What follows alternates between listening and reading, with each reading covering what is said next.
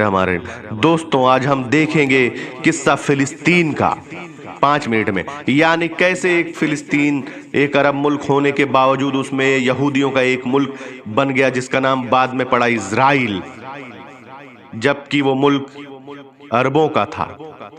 तो आइए किस्सा शुरू से शुरू करते हैं। 1900 BC। बात 19वीं सदी की है। शैतानी ताकतों ने यानी इल्यूमिनाटीज ने एक शख्स का चुनाव किया जिसका नाम थियोडोर हर्जल था। थियोडोर हर्जल को उन्होंने एक काम पर लगाया और उससे ये कहा कि देखो, जगह जगह सारी दुनिया में यहूदी लोग कत्ल किए जा रहे हैं, उन्हें मारा जा रहा है। क्यों ना ऐसा बेहतर होता क्यों ना यहूदियों का अपना एक खुद का मुल्क होता जहां वो अपना आराम से धार्मिक और आर्थिक काम गतिविधियों को अंजाम दे सकते और चैन की सांस से रह सकते। बाकी दुनिया में तो उनकी जिंदगी जिल्लत भरी है। थियोडोर हर्जल इस बात पर राजी हो गया और उसने हाथ मिला लिया शैतानी और खुफिया ताकतों से कि इनकी मदद से यहूदियों के लिए एक मुल्क बनाया जाएगा। तो थियोडोर हर्जल ने फिर उसके बाद एक सभा बुलाई यहूदियों की। वो यहूदी सारी दुनिया से वहां पहुंचे, खुसूसन खास करके इंग्लैंड से और अमेरिका से। अमेरिका के बड़े बड़े आर्थिक धार्मिक सभी प्रकार के लीडर वहां मौजूद थे। उनके बीच में हर्जल ने कहा कि देखो, दुनिया भर में ईसाई मुल्कों में खास करके रोमन, पोलैंड, रशिया और जर्मनी में सब जगह यहूदियों को मारा जा रहा है, पीटा जा रहा है, उन्हें काटा जा रहा है, उनकी नस्ल कुशी की जा रही है और उन्हें सफ़े हस्ती से मिटाने के लिए काम किया जा रहा है। तो क्यों ना ऐसा किया जाए कि एक नया मुल्क बनाया जाए जिसमें यहूदी चैन और आराम से रह सके। जैसे ही उसने ये प्रस्ताव लोगों के सामने रखा तो सबने वाह वाह किया, मगर उनके धर्म गुरुओं ने उसका विरोध।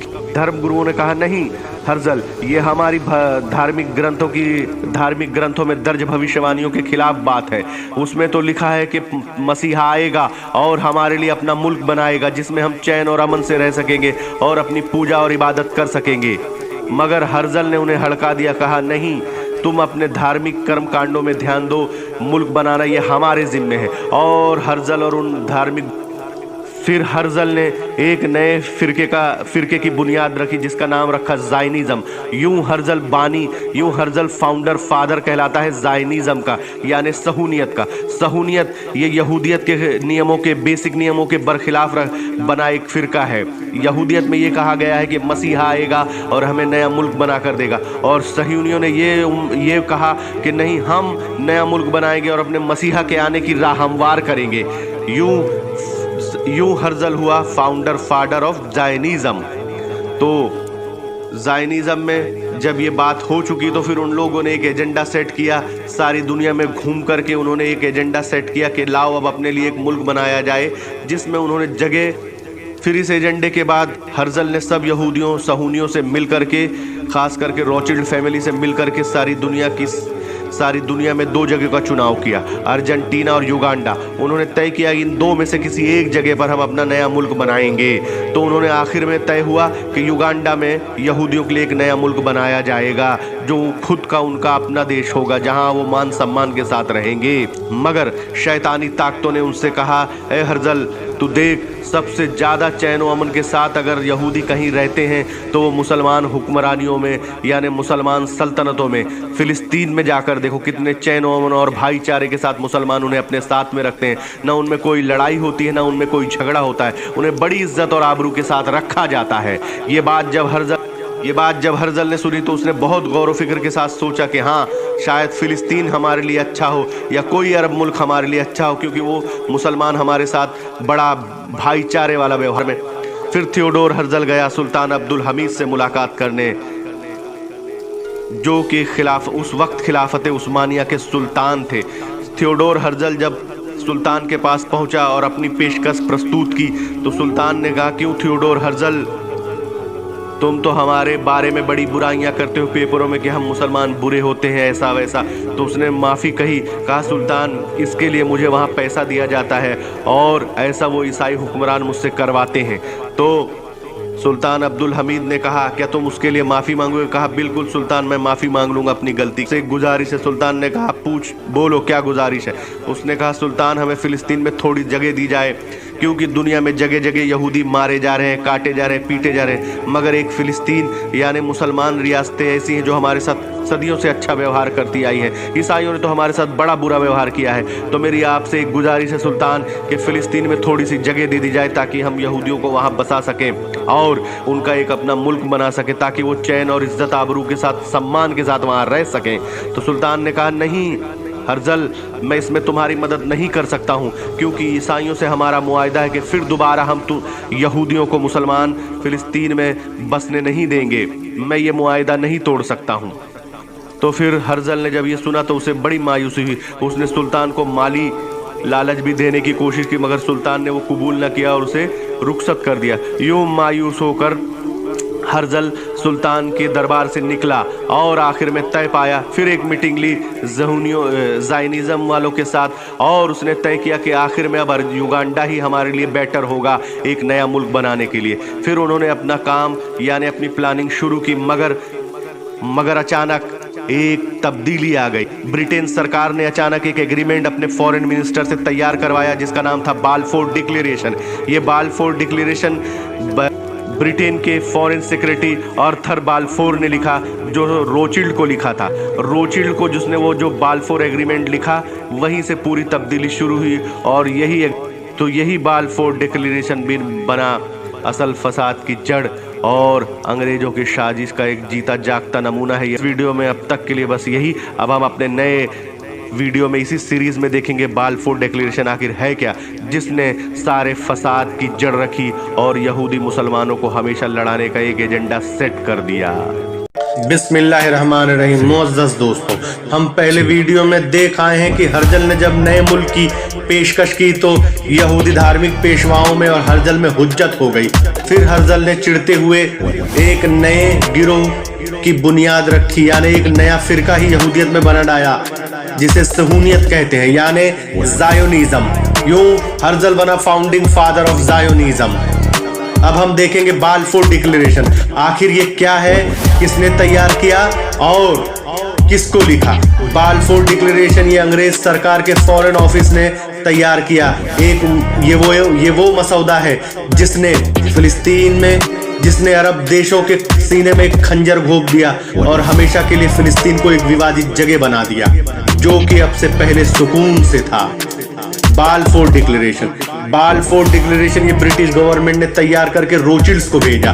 रोचिल्ड ये अस्कनाजी ज्यूस था और इस मसौदे के एवज में ब्रिटिश गवर्नमेंट रोचिल्ड से माली मदद की इमदाद की ताकि वो वर्ल्ड वार फर्स्ट में अच्छे से लड़ सके, और उसने वादा किया कि खिलाफत उस्मानिया को हम तोड़ देंगे और उसे दरहम बरहम करके अरब को अपने हाथों में ले लेंगे। आइए देखते हैं बाल्फोर डिक्लेरेशन के कुछ इंपॉर्टेंट पॉइंट्स। इस गवर्नमेंट ने मसौदा तैयार किया 1917 में, जो कुछ यूं है।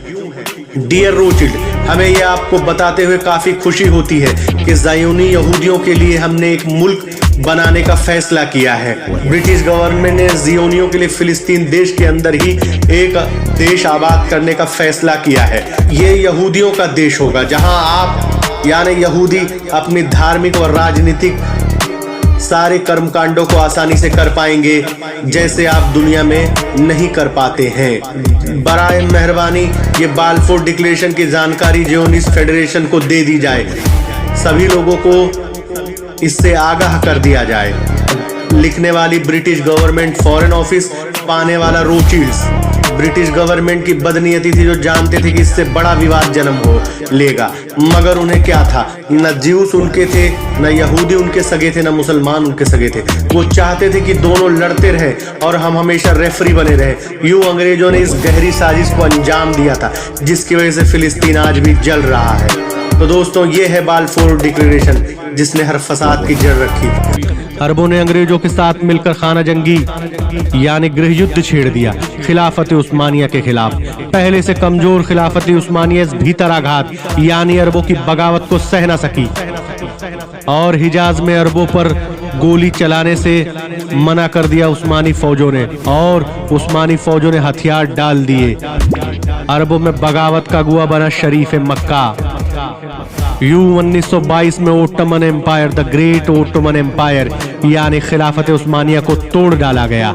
इससे यकबयक मुसलमानों के 40 नए मुल्क वजूद में आए। अब खिलाफत उस्मानिया के नाम पर सिर्फ तुर्की ही बचा है और सारी खिलाफत खत्म कर दी गई। यूं 600 साल तक 3 महाद्वीपों पर एशिया, अफ्रीका और यूरोप पर राज करने वाली खिलाफत उस्मानिया का आखिरकार अंत हो गया। अब अरब देशों पर अरबों और ब्रिटेन का अधिपत्य स्थापित हो गया, क्योंकि शरीफ मक्का ने ब्रिटेन की सेना के साथ मिलकर ही बगावत की थी उस्मानियों के खिलाफ। ब्रिटेन सरकार ने अरबों को सारा अरब दे दिया और छोटे छोटे अरब देश बना दिए, जैसे कोई बच्चा केक के टुकड़े कर दे।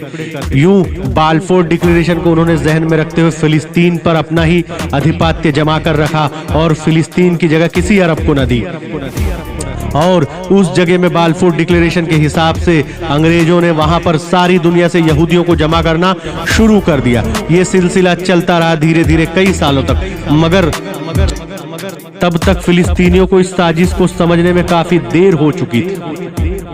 यहूदियों की आबादी फिलिस्तीन में काफी बढ़ चुकी थी, मगर अब यहूदी और अरबों में दंगे शुरू हो गए। यहूदियों के साथ उनकी ट्रेंड आर्मी जैसे हगना, इरगुन वगैरह थी, जो वर्ल्ड वॉर फर्स्ट में ब्रिटेन की ओर से लड़ा करते थे। के असर अंग्रेजों के असर वाला एक संगठन स्थापित किया गया जिसका नाम रखा यूनाइटेड नेशन, जो कि 1945 में वजूद में आया। फिर 1947 में यूनाइटेड नेशन ने एक रिजोल्यूशन पास करके फिलिस्तीन का बंटवारा कर दिया। यूनाइटेड नेशन ने अरबों को 40% और यहूदियों को 60% जमीन दे दी और जेरूसलम को अपने पास रखा। इस अजीबोगरीब बंटवारे की वजह से अरब भड़क उठे और कूदी और मुसलमानों की काफी तेज लड़ाइयां शुरू हो गई।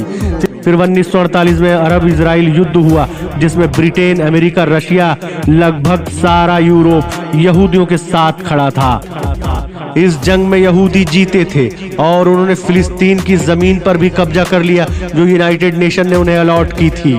यूं यहूदियों ने यूनाइटेड नेशन से पहले ही स्वयं घोषित देश इजराइल बना लिया, ताकत के जोर पर। तो दोस्तों, यूं बना इजराइल देश, एक देश के अंदर नया देश।